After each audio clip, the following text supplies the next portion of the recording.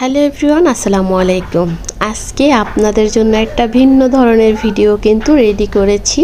আমার শখের জিনিসটা সকালবেলায় উঠে কিন্তু ভেঙে ফেলেছে এবং সেটা আমার কথা মতোই আমি জামাইকে আজকে কথা দিয়েছিলাম যে আমার শখের জিনিসটা ভেঙে আজকে তার শখের একটা পছন্দের জিনিস আমি তাকে গিফট করব।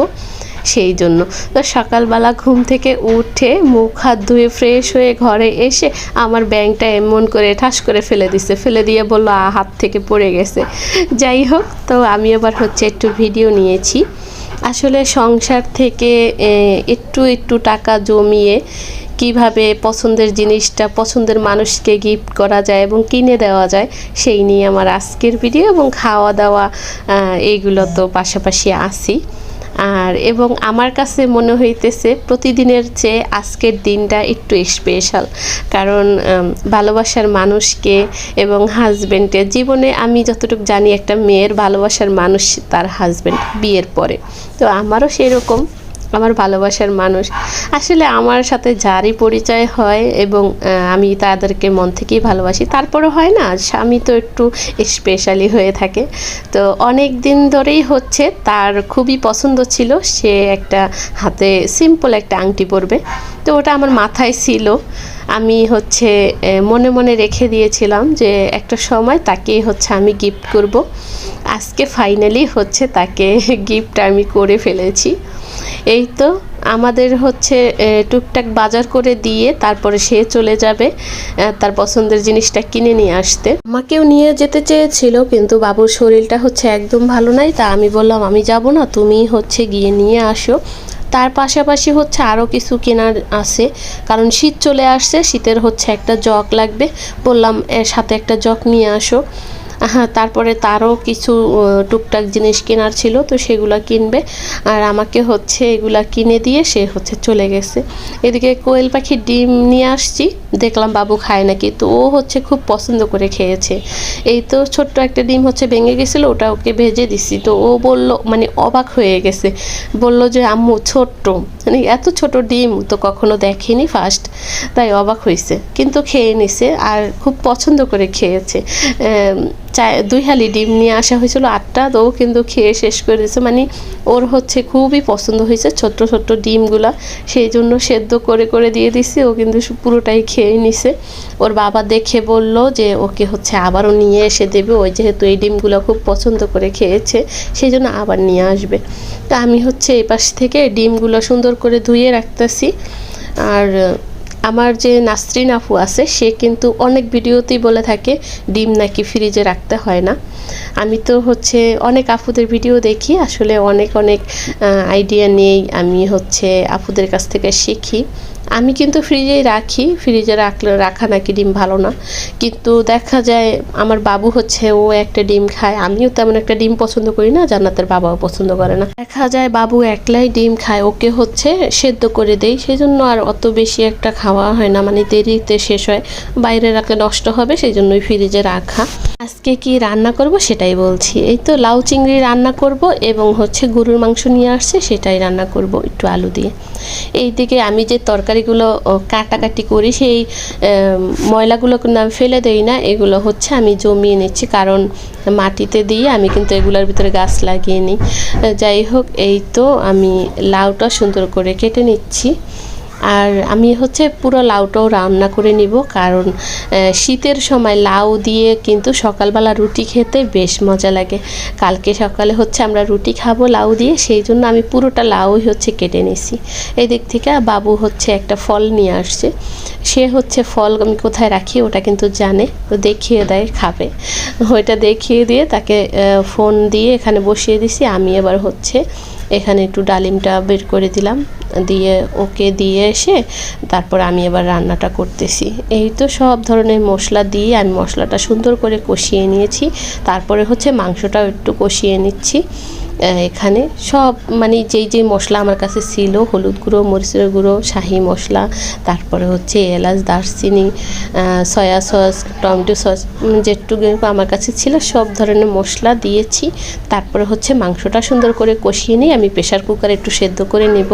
গরুর মাংস তো সেদ্ধ হতে অনেকটা সময় লাগে, সেজন্য এই তো কষিয়ে নেওয়া হয়ে গেছে, আলুটা দিয়ে দিয়ে তারপরে ঝোল দিয়ে তারপরে প্রেসারে দিয়ে দেব, আর হতে বেশি সময় লাগবে না। ওইদিকে জান্নাতের বাবাও কিন্তু চলে আসার সময় হয়ে গেছে, সে হচ্ছে ফোন দিয়েছিল চলে আসবে ফাইনালি আমার পছন্দের জিনিসটা নিয়ে। যেহেতু আমি হচ্ছে মনে মনে ভেবেছিলাম যে সে যেইভাবেই পছন্দ করবে ওইভাবে একটা জিনিস তাকে কিনে দেব। আর পুরুষ মানুষ তো হচ্ছে বেশি স্বর্ণ পরতে পারে না, তাদের স্বর্ণের একটা মাপ আছে, তো সেই মাপ দিয়েই হচ্ছে পরা হয়। তো বেশি একটা না, অল্প কিছু। যাই হোক ফাইনালি কিন্তু চলে এসেছে। আর এই তো সে হচ্ছে এই যে আংটি যে একটা বক্সে দেয়, সে বক্স কিন্তু নেয়নি, ওখান থেকেই হচ্ছে হাতে পরে চলে আসছে। তো হাতটাই বারবার একটু দেখাইতে বলতেছিলাম যে দেখাও, আমি একটু ভিডিও উঠাই, তাই দেখাইতেছিল। আর এই হচ্ছে আমার একটা সুন্দর একটা জগ নিয়ে আসছে। আমি বলেছিলাম যে কাচের জগগুলো হয় ওগুলো নিয়ে আসতে, তো সে বলল যে বাবু আছে বাসায়, আবার যার দোকানে থেকে কিনে নিয়ে আসছে, তো সে ভাইয়ারাও বলছে যে বাসায় যেহেতু বাচ্চা আছে কাচেরগুলো না নেওয়াই ভালো, সেই জন্য কাচেরটা নিয়ে আসে না, এটা নিয়ে আসছে। তো আজকে কিন্তু অনেক ভালো লাগতেছিল যে আমি একটু একটু করে টাকা জমিয়ে জামাইয়ের একটা শখ পূরণ করলাম। মানে তার খুব শখ হয়েছিল সে সিম্পলের ভিতরে একটা আংটি বানাবে, কিন্তু বানাইতেছিল না, একটু আলসেমি করতেছিল। তো ফাইনালি আমি হচ্ছে শখটা পূরণ করতে পেরেছি। আমার এটা ভেবেই আসলে খুবই আনন্দ লাগতেছিল, খুশি লাগতেছিল। এই তো এখানে আবার তার জন্য হচ্ছে একটা জুতো নিয়ে আসছে, আর জগটা তো হচ্ছে খুবই প্রয়োজনীয়, কারণ শীত চলে আসছে। সকালবেলা দেখা যায় জান্নাতের বাবা গোসল করে, তারপরে মা যখন আমাদের বাসায় থাকে তখন সে হাত মুখ ধোয়, এই জন্য আমার জগটা খুবই প্রয়োজনীয়, তাই নিয়ে আসছে। আর আগের জগটা হচ্ছে নষ্ট হয়ে গেছে, ওটা আর ঠিক করানো যাবে না বললো, সেই জন্যই। আর জগটা আমার খুব পছন্দ হয়েছে। যাই হোক আবারও রান্নার কাছে চলে এসেছি, মনটা খুবই ভালো ছিল, মানে জামাইকে হচ্ছে তার পছন্দের জিনিসটা হচ্ছে আমি দিতে পেরেছি, এটা অনেক ভালো লাগে। আর আমার হচ্ছে ছোটোবেলা থেকেই টাকা পয়সা জমাতে খুব ভালো লাগে। আছে না মানুষ এমনি সেমনি জিনিস কিনে নষ্ট করে, এই যে ইমিটেশনের জিনিসগুলো কেনে, আমার হচ্ছে এগুলো কখনোই ভালো লাগে না কিনতে, আমার কাছে মনে হয় এগুলো অপচয়, তাই আমি বেশি একটা কিছু কিনি না, যে একদম যেটাই আমার প্রয়োজন সেটা কিনি। আর সবসময় আমি চেষ্টা করি একটু স্বর্ণের জিনিস কিনতে, কারণ স্বর্ণ কখনোই মানে লস যায় না, মানে এটা ফেলে দিতে হয় না, দাম কম বেশি সব সময় হচ্ছে এটা কাজে লাগে। তাই আমরা সবাই চেষ্টা করব যে একটু একটু করে টাকা জমিয়ে স্বর্ণের কিছু কেনার জন্য। যেমন জমি কিনলে ফালানো যায় না, এবং স্বর্ণের জিনিস কিনলেও সেটা ফালানো যায় না। তাই আমি হচ্ছে অযথা কোনো জিনিসই হচ্ছে কিনি না, প্রয়োজন ছাড়া কিনি না। আমার স্বর্ণের প্রতি সবসময় একটা অন্যরকম ভালোবাসা কাজ করে, আবেগ কাজ করে, আমার ভালো লাগে স্বর্ণের জিনিস কিনতে ভালো লাগে, এবং আমার পরতেও ভালো লাগে, স্বর্ণের জিনিস পরতে ভালো লাগে। আর আমি হচ্ছে একদম ছোটোবেলা থেকে কোনো এমিটি জিনিস পরতে পারি না, কানে পরে নাকে পরে এগুলো পারি না। আমার নাকও হচ্ছে ফুলে যায় 2-3 দিন, হাইস্ট 2-3 দিনের মধ্যে ফুলে যাবে, চুলকাইবে, ফুলে যাবে, এবং কানেও পড়তে পারি না। আছে না মানুষ শখের বিষয়ে পড়ে, আমি ওই হাইস্ট 2 দিন কি 3 দিন, এর উপরে আর পড়তে পারি না। সেই জন্য হচ্ছে কি আমি ওগুলা কিনিও না সহজে, খুব কম, একদম কিনি না, এরকম অবস্থা। যাই হোক তারপরে সেও কিন্তু আমাকে বলেছে যে আমারও হচ্ছে একটা আংটি দরকার, তো বলল যে আমাকে হচ্ছে এনে দিবে, সেটা একদিন সারপ্রাইজ থাকবে আমার জন্য। যাই হোক আলহামদুলিল্লাহ বলেছে ওইটাই বেশি, কিন্তু আমার বেশি ভালো লেগেছে যে তাকে তার পছন্দের জিনিসটা কিনে দিছি। আর এটা কিন্তু একটা ব্যাংক ভেঙে ফেলছে অলরেডি, কিন্তু আমাকে আরেকটা নিয়ে এসে দিছে, কারণ আমার ব্যাংকে টাকা জমাইতে খুব ভালো লাগে। ইনশাল্লাহ আবারও জমাবো, জমিয়ে আরও কিছু করব, আর যখন করব সেটা হচ্ছে আমার প্রিয় আফুদের কাছে শেয়ার করব। যাই হোক এই পর্যন্ত এসে একদম ভিডিও শেষ পর্যায়ে চলে এসেছি। আমার আফুদেরকে কিন্তু বলা হয় নাই লাইক দেওয়ার কথা।